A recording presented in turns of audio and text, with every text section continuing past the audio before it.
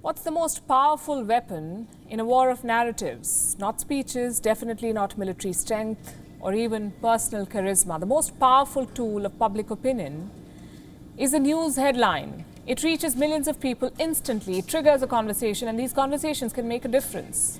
They can end a regime or create a new one, which is why countries are eager to control news headlines. Control the headline and you control the narrative, or so they believe.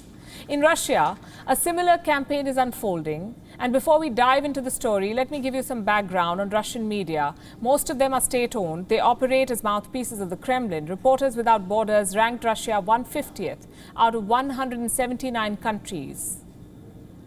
There are very few independent outlets remaining in Russia. These outlets are often harassed. Sometimes their internet connection is snapped.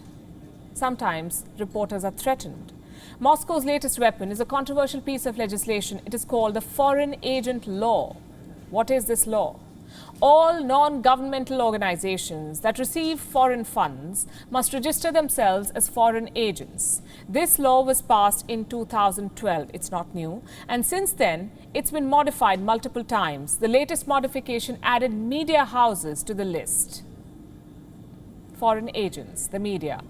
So last month, an outlet called V-Times was declared a foreign agent. You see, the V-Times is actually registered in the Netherlands. So according to the law, it is a foreign agent. But why is this tag a problem? Because it comes packaged with a boycott. Sponsors and advertisers do not want to touch foreign agents. So gradually, these media houses will be squeezed for money. V-Times has seen the writing on the wall. They have decided to wind up publishing by June 12th. For Russia, this is mission accomplished. The foreign agent law has little to do with foreign funding. It's more about crushing dissent, say critics. V-Times was one of the last remaining independent outlets in Russia. The rest have been gobbled up by the state or pro-Kremlin oligarchs.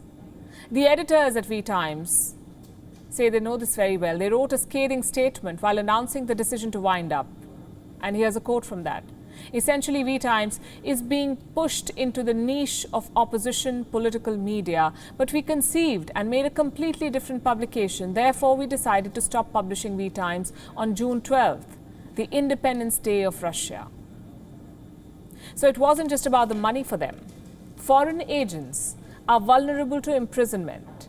V-Times would have had to weigh each word they wrote. And that simply wasn't an option for them. So they decided it was better to shut down than operate in fear. And this is not an isolated story. Last month, a popular Russian paper called Meduza was labeled a foreign agent. Radio Free Europe met a similar fate. What is Russia's justification for this crackdown? Moscow calls it an eye for an eye. You see, Russia is not the only country that labels media houses as foreign agents. The United States does it too. Did you know this? Though you could say it is reserved for state-owned outlets like China's Global Times, but the United States and the European Union have condemned the foreign agent law. It could feature in the talks between Joe Biden and Vladimir Putin. Another issue for the two sides to clash on. The foreign agent law is a tool of oppression. It could effectively end free press in Russia if it hasn't already. A combination of fines and intimidation is pushing media houses out. What remains are the mouthpieces we talked about, and they cannot be trusted to do real journalism. Let me give you an example. This is what the editor-in-chief of a state-owned channel tweeted last month. I never thought that I would envy Belarus for anything, but now I'm jealous in a way. Lukashenko played it beautifully. This was a journalist openly supporting last month's plane diversion, or hijacking, as some have called it. Not just supporting, I should say praising an act of aerial piracy. And this sums up the shrinking media space in Russia. President Vladimir Putin has dropped the pretense of encouraging a free press. With elections around the corner, he wants to control the narrative. Leashing the media is key to his plans for an eternal presidency. WION is now available in your country. Download the app now and get all the news on the move.